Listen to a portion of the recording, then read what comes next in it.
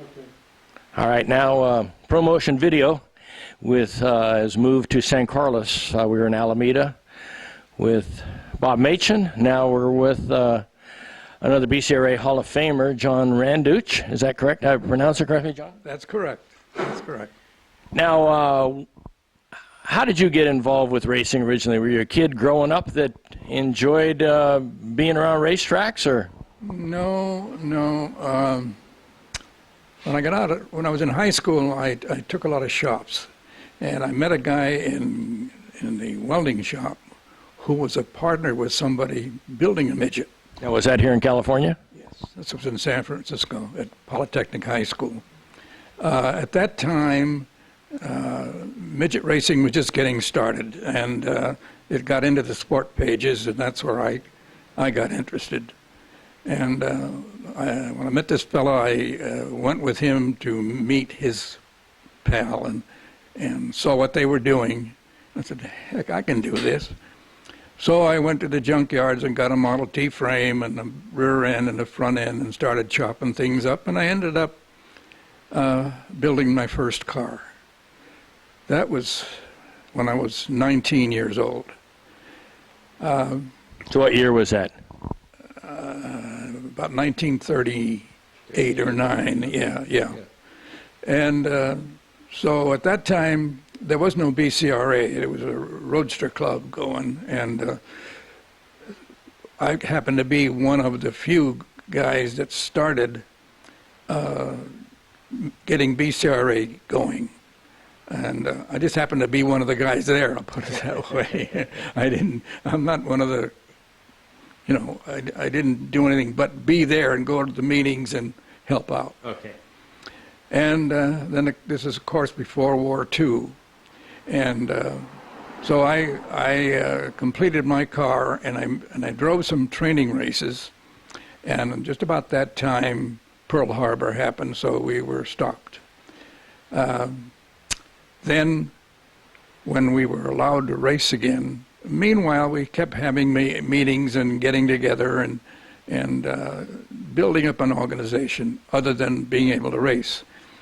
Then, after War II, we started to race again. And I did a little driving there. I was driving one of my buddies' outboards up in Vallejo, took out a section of fence, and the tie rod busted in half, and I had no steering, so nothing I could do. That was a good surprise, huh? Yeah, and them old Model T brakes, I was yanking on the handle, and nothing happened. Anyway, my wife happened to be up in the stands, and she was pregnant with our first child, and saw the look on her face, and I said, okay, no more. So from that point on, I built another car, but always had someone else drive. All I would do would warm them up.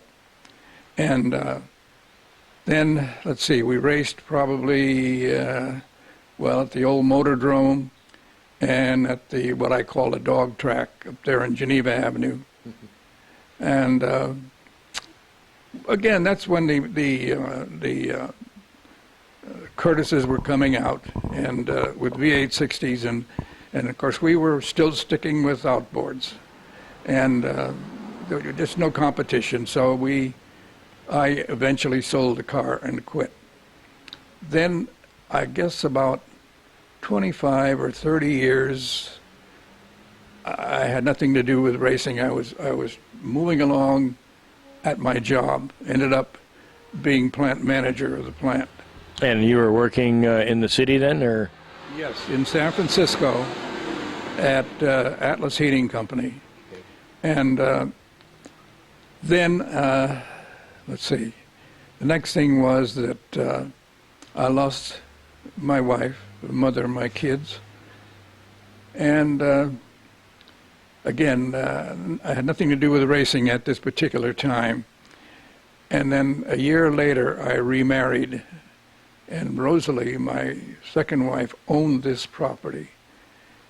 It was either my house or hers, and she wanted to live here. So I sold my house and built this section on that you're in now. I added this on. And I started restoring cars. I'd get basket cases. I'd get some that were had to make a lot of parts for it. That's why I had to equip my shop with a Bridgeport mill and a lathe and tools that I have recently sold because of my age. I'm no longer safe using them.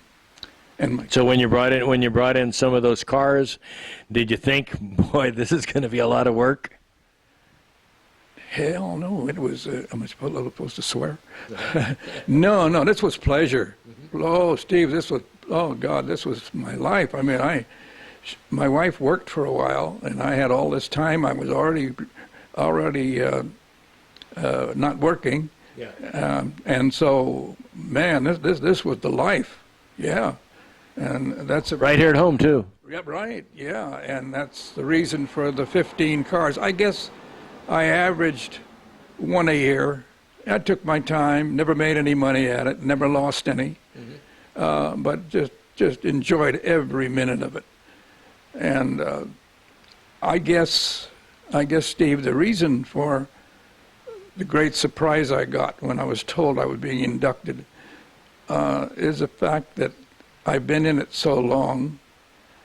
I'm not sure, but I think I might be maybe the last one of the original old group that started the organization.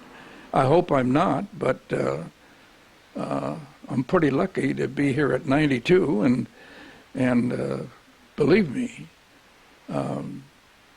my kids and my wives were my first love. The second love was BCRA and midget racing, and always will be. I'll never forget all the great times I had with a lot of the guys, and I can't tell you how much I enjoyed it. It's unique to, I know myself, being around people that, appreciate the craft, just like you are a craftsman, welding or machine work or engine work. It's unique to be around people like that. Yes. I learned, I was a tin knocker, a sheet metal man. I never ran a lathe or a mill or anything like that, but as I became a manager in the plant, I was able to sneak into the machine shop and watch the guys or do other little things and watch the welders, and that's how I learned. And having the machine work, actually restoring the midget itself. Yes, you had to do the engine. That was fine, no problem. I had to make sheet metal parts for it. That was fine. But then also, I wanted to make something that I made and I come up with. So I made and designed a mag drive that fit on the front end of a V860. And I guess I have 5 or 6 of them out there somewhere on cars. But that's something I did on the side. And also I made some gearboxes for outboards, which you couldn't buy. But anyway, it was a great time. So how did you get started with the running the outboard versus other types of engines? Well, this first fellow that I met, he had one.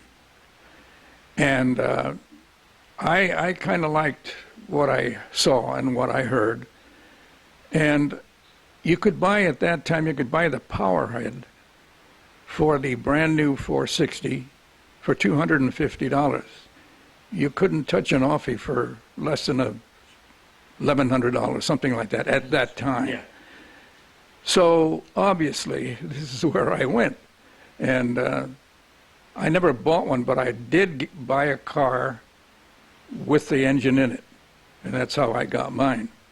But no, they were fun to run, easy to work on. You could pick it up I could pick it up out of the chassis, put it on the bench, work on it, and that's why I liked them. And then what kind of rear end did you run with that? First of all, we did not have quick changes. One of the last cars I built, I did have a quick change in it with an outboard in it. There was a guy, a Marine, coming back from the war in 1946 or 47, and he came over and he found out I had the car and wanted to sell it. So he bought my last outboard and took it to Chicago. That's the last I saw of it. But from then on, it was here. So what kind of RPMs did that was your marine engine turning? Oh, they would turn 4, 5, 6,000. And the trouble was that the guys knew that at low speed they could foul us up, foul plugs. And so we even had to wait and wait on the side of the track when they started them and lined them up, because they would purposely go slow. And so then when they got lined up, then they'd push me off, you know. But no, they were, for their time, they did a good job. They win a lot of races all over the country. Yeah, I saw him at the end of the era. I think it was, like I told you, Charlie Hayes had one, I remember. Yeah. Well, that was later. He had, I think, a 6-cylinder outboard motor. Yeah, it was. But yeah, these were 4-cylinder opposed. And as I say, they were only 59.8 cubic inches. Was it a Mercury or a Johnson or? No, well, they were Ebenrud Elto. It was Elto Ebenrud. Okay. So the guys called them Eltos. And they were a lot of fun. And like I say, I could pick it up out of the car, put it on the bench, take it apart in half an hour. You know, so it was the way to go for me. You were the specialist. So tell me about the cars. Now you did 15 cars, you said, as far as vintage restored? Yes. I would say that most of them were Curtis's that had been not used.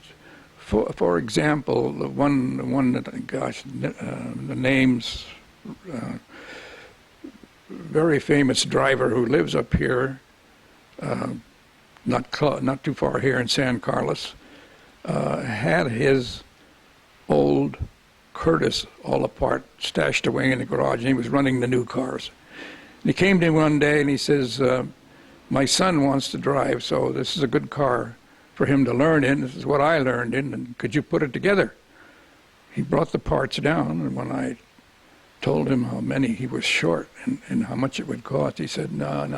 He says, I don't want to. So I bought the chassis and whatever he had from him, and I put the car together.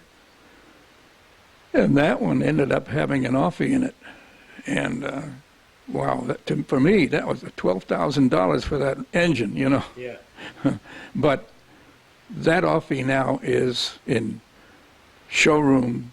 It's in a showroom over on the other side of the bay where you were. I forget the guy's name that owns it now, but he has a forklift company. Maybe you know who that is. Oh, Bob Rosen. Yes. He has the car on display. But let's see. Yeah, I'd say that 90% of them were Curtis's that I put together. Restored. So then you were doing about one a year then for like the 15 years? Sometimes it depended on the condition when I started and you know, if I could get parts right away and whatever. I might have gotten 2 in if they were in pretty good condition when I got them, you know. But I would say basically 1 a year, yeah. So you're obviously a craftsman with your hands and mechanic and sheet metal work and welding and everything else. Did you pass any of that on to your kids? My son surprised the heck out of me because when I got him a job where I was working, they put him in the office and he ran a computer and did that office work. Today, he has a heating and air conditioning business and doing very well. So he's a mechanic now and surprised the heck out of me. It's like my dad. My dad was a baker. He came from the old country. He was a baker. He always wore whites, you know. In the old country, was that Czechoslovakia, you said? Right. And then when they came over here, he had a job and he worked in a bakery. And of course, he always clean, always in whites. And when he saw me come home for the first time from my first day working, he said, "Oh my God, no." I said, "Oh yeah, Dad, I gotta work, you know." This was in a sheet metal shop, and I was just a kid beginning. I ended up running the place, but and I might tell you that also, that aside from racing, all my life, Steve, I don't know why. Well, I guess the answer is hard work. But I don't know why me, but I was lucky to be chosen to go forward. Ended up being plant manager of my first job. I was there for 27 years. That company was sold. I was hired by another one to run their shop. I ended up same position there. Finally, I retired from work in 1980. And as a matter of fact, that's a third car that I built from the ground up, was that nice little #2 outboard I built. And from then on, it was just all restorations. So when you were racing, did you have any favorites along the way that were racing with you, or who were the guys that started BCRA with you? Do you remember any of those names, those guys? Yeah, my real buddy was Chuck Daniels, who also had an outboard. In fact, he won quite a few races. And we used to go up to the, a garage on Alabama Street in San Francisco, and it was the 4 Walsh brothers lived there. And they would have meetings there, set up their garage for meetings, and we would meet there. And then there was another time, another place, Pete Cassette did the same thing. He set up his garage, and we had meetings there.